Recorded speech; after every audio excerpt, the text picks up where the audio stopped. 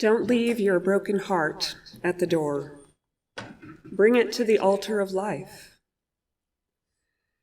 A friend did a poll on Facebook recently that asked, if you voted early, what was your reason? Was it A, election fatigue? We have never stopped hearing about this for 1,000 years.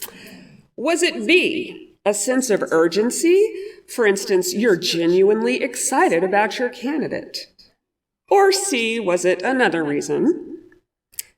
So, I'm excited about some of the candidates, and of course, I do love voting, so that was part of it. But the big reason why I walked into my community center and voted on the opening day of early voting was election fatigue.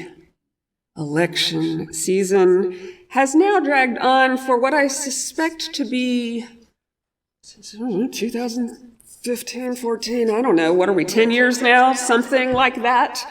And I am so tired of it. My God, I'm so tired of it. I'm tired of the ads. I would happily go another lifetime without hearing any words from any candidates ever. Benign dictatorship has never sounded so attractive. It's been a rough season. Whatever our political leanings, there has been a toll taken on our collective integrity. Rhetoric around our politics has been neither gentle nor low-key for longer than we can recall, perhaps. It seems to have been, this past one, just another year of shrill shrieking from both sides, dire predictions from both sides, intolerant and hateful speech and action from, some sides. I'm not going to pretend that I am not biased, because I am. I know that the rhetoric and the hate speech and the disregard for facts and truth have been worse on one side. There is evidence, and I do believe in facts. That said, I'm willing to bet that there are people out there who feel like my side is the horrible, immoral, angry, ranting side. So there are a lot of facets to our weariness, this fear, this anxiety, this hurt. The pain is both personal and systemic. The outpouring of anti-feminist sentiment, the outright misogyny that has been normalized, the racism and racial injustices that have become part of the mainstream once more, as they never have been in my lifetime. For me, as a white person, I suspect anyone with darker skin than I has had a very different experience. But I do kind of wish we could make America ashamed again sometimes. I cannot separate myself, just as they can't, from my experience of being a woman, and I don't want to. And so I suspect that it's the same for my siblings of color. Also, think about the folks in the trans community and the gay community, LGBTQIAA+. My friends who are Jewish and Muslim and otherwise other, I suspect all of us do not want to give up that which makes up our experience of humanity, womanhood, being Islamic, being a liberal, perhaps, being brown or black in America. And as Unitarians and Universalists, we spend a lot of time trying to engage in and stand in and sit in solidarity with these people. So we spend a lot of our time engaging in acts of collective imagination that allow us to take these stands, to come out and say one way or another what we see and what we want to change. And this past 5-6 years has been difficult as we try to maintain the integrity of our compassion for communities in turmoil and fear, including our own. Don't leave your anger behind. It has high standards, and the world needs vision. So whatever happens on Tuesday, November the 8th, our anger and our compassionate commitment will be needed. Oceans of ink will be spilt over this time period in the future, I have no doubt. I am no social scientist, and my speculation on the causes of the turmoil that we're currently in are about as useful as the cost of the paper for this flyer, which is also much more fun. What I do know, though, is that we are living right now and right in this moment on a balanced edge between fear and fear. For good reason. Times of turmoil don't always depart calmly. Violence has been simmering at the edges of our awareness and is becoming fast, closer and closer. And we can no longer depend on our privilege to keep us distant from this pain, from that violence, from the possibilities of hate. When people live in fear, they make bad decisions. Bad for themselves, bad for their communities. The fear is on both sides, right? And it runs straight up the middle of America. Fear breeds anger, we know that, that's not a secret. And the question is, what will folks do with their anger? And what will we do with ours? Unitarian Universalism is a faith movement without creeds. But we do have values, and we express them out loud in the world, and we also do it in our 7 principles, and in our church's mission and vision statements, in our core values, in our covenants, our promises, our contracts of how we will interact with one another in this place and in the world. These aren't creeds because we don't claim that they're unchanging. There are words that change in Unitarian Universalism. There is even a movement afoot to add an 8th principle regarding resisting oppression, and I'm all in favor of it. And so here are our words. Temporary they may be, non-creedal, but they're useful. Why do we have them? Why do we need them? Why do we spend so much time talking and thinking about them? Or maybe that's just me, because, that's what I do for a living. But I think that we spent and spend our times of peace, our times of plenty, and our times of energy crafting these words and crafting our covenants of behavior so that when we come to times like these, which are crises in action, scarcity of food, water, compassion, courtesy, calm, safety, in those times, we will have these words to guide us. In 1853, Unitarian minister, radical, and activist Theodore Parker said these words to his congregation. When I am a baby in my undeveloped state, moral state, I do not love justice nor conform to it. When I'm sick and have not complete control over this republic of nerves and muscles, I fail of justice and heed it not. When I am stung with beastly rage, blinded by passion, or far from my proper spheres of affection, another man briefly possessing me, I may have left a little out, I may not love the truth, the absolute and eternal right. But in my maturity, in my cool and personal hours, when I am most myself and the accidents of my bodily temperament and the surroundings are controlled by the substance of my humanity, basically when I'm feeling good and I'm comfortable and I'm at home and things are going well, then I love justice with a firm, unwavering love. Then I love justice not for its consequences for bodily gain, but for itself, for the moral truth and loveliness thereof. It's easy to be good in the hard times, in the easy times, and it's hard to be good in the hard times. So I'm going to go back to that real quick. So it is easy for us, as you use, to talk about the inherent worth and dignity of every person while we sit in our churches surrounded by like-minded, highly educated people who look and act and think like us. It is much harder to act in ways that acknowledge the inherent worth and dignity of every human you meet when you are staring into the chasm of a deep ideological divide and into the face of someone who wishes you injury or death.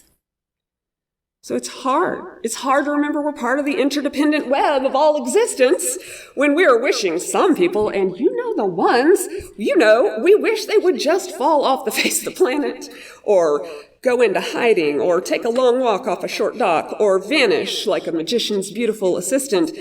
But those people are part of our interdependent web, guys. Guess what? They're part of it too. They need us, and like it or not, we need them.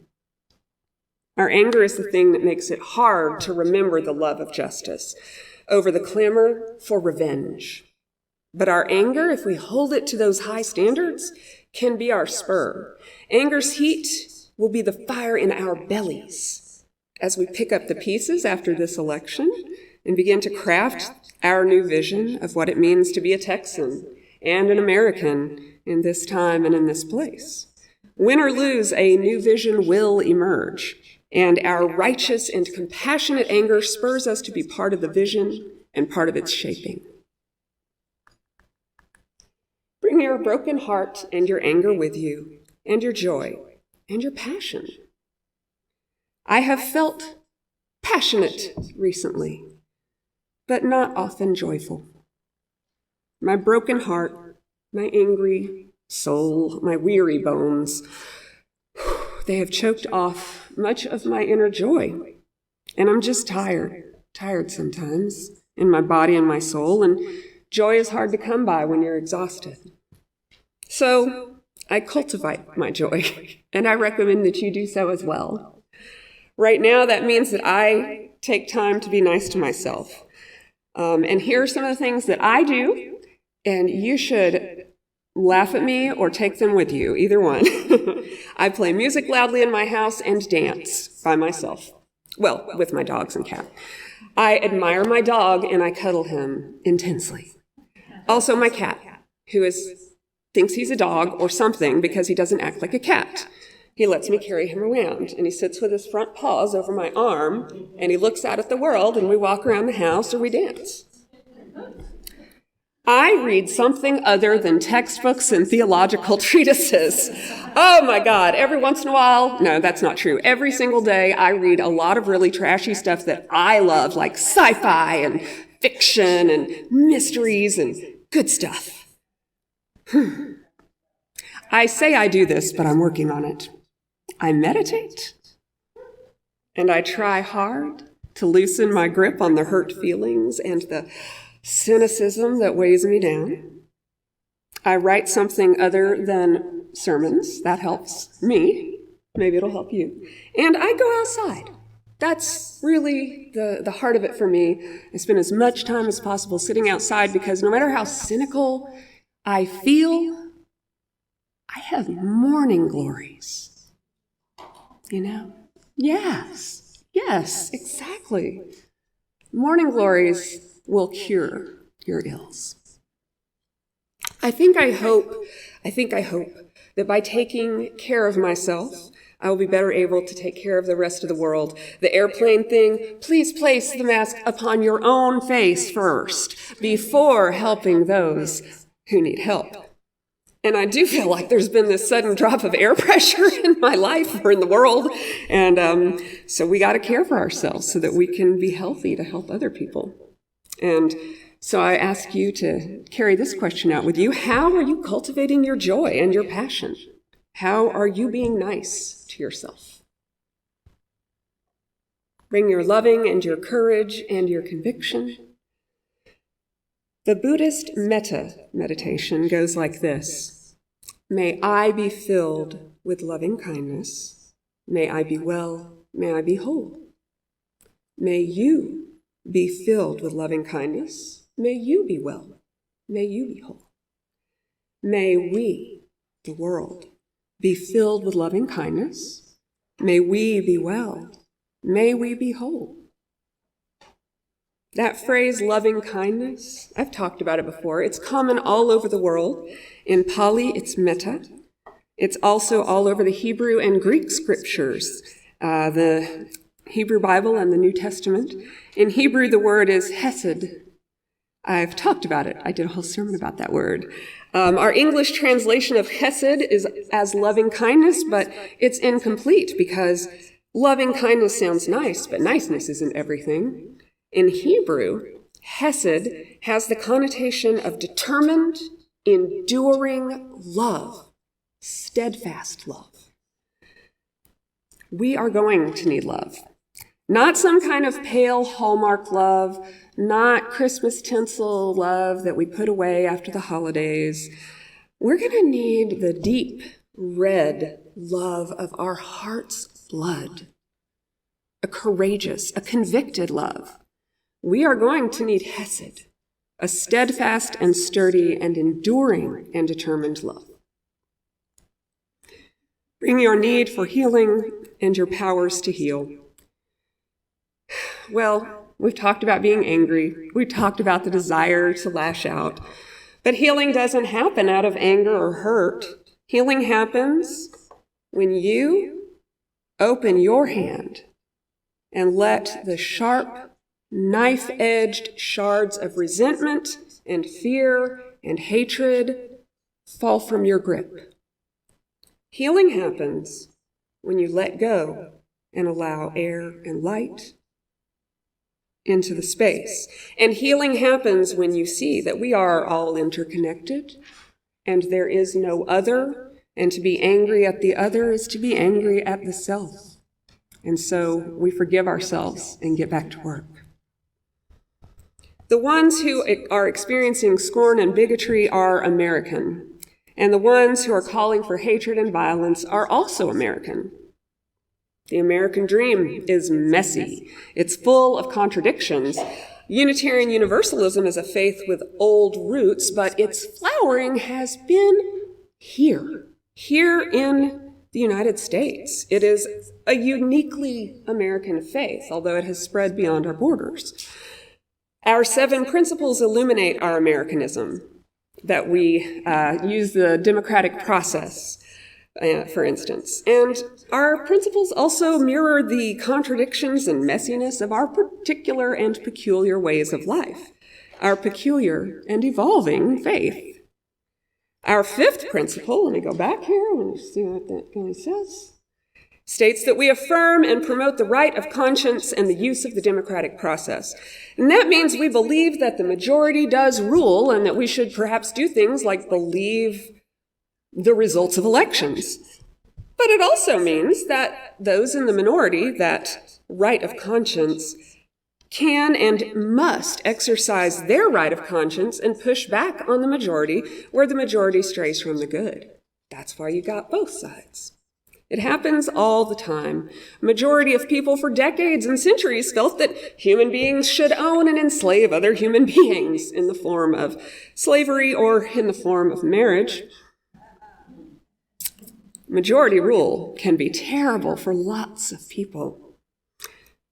So what the 5th principle says is the minority may be overruled, but it may not be silenced.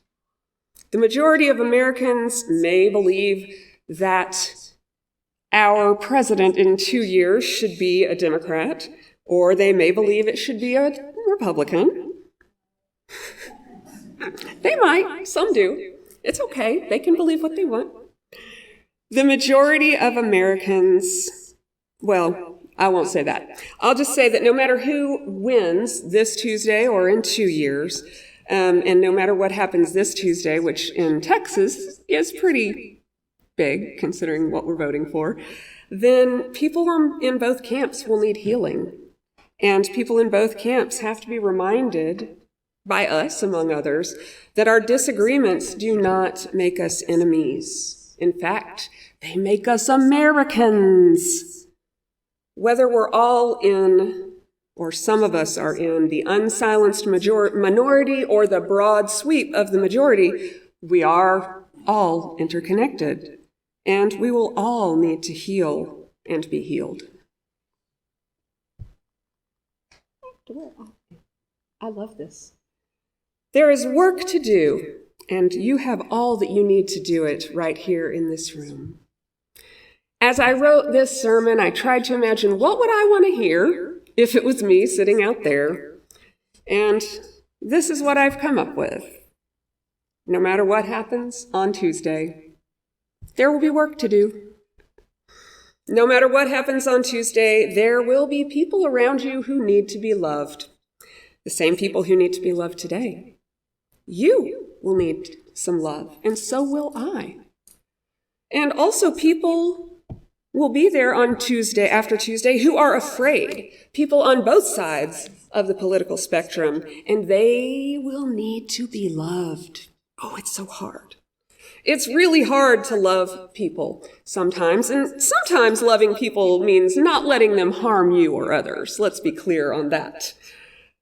No matter what, though, our compass, our guiding conviction must be centered in and shaped by love.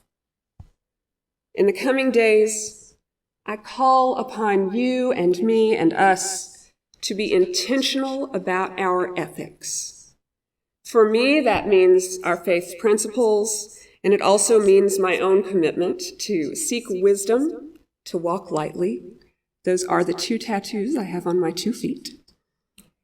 And I don't have this tattoo, but perhaps it's branded on my heart. I ask you and myself to be intentional in remembering that there is no other. We're all in this boat, this blue boat, together. In the coming days, be kind to yourself. Dance a little in your kitchen. Cuddle your dog or your cat. Be kind to others. Being kind to yourself and being kind to others can be difficult, but they are both desperately needed.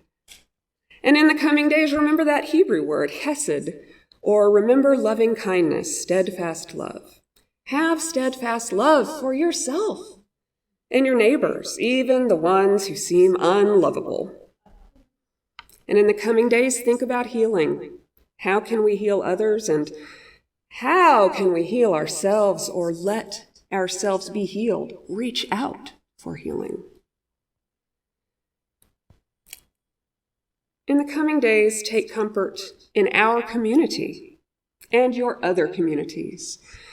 Most of all, know that all that work that I keep saying we have to do, well, you don't have to do it by yourself. Thank God. It's a good thing. You are not going to have to pick it all up the day after Tuesday and start slogging again, because you have other people around you who are doing the work with you. You will be able to do the good hard work for and with each other. And sometimes you or we can choose to set down the hard work, as we talked about in the opening, to repair ourselves, because we know we're not doing it alone. Someone is there to pick up our burden, and then we'll come back later when we're refreshed and renewed. Okay? You will do this work with me and with the people sitting on either side of you. Look around.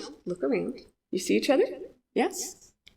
All of these people, they'll be there to do it with you. You guys do.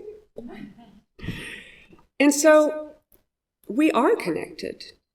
We are connected not only with one another, but with all the other people of good faith and steadfast love and deeply held values and courage and commitment all over this country and all over the world. We are not alone. We are connected. There is no other. There is only us. Angela Herrera said it all and pulled it all together, and so here we are one last time. Don't leave your broken heart at the door. Bring it to the altar of life. Don't leave your anger behind. It has high standards, and the world needs vision. Bring them with you, and your joy and your passion. Bring your loving and your courage and your conviction. Bring your need for healing and your powers to heal. There's work to do, and we have all that we need to do it right here in this room. So be it. Amen.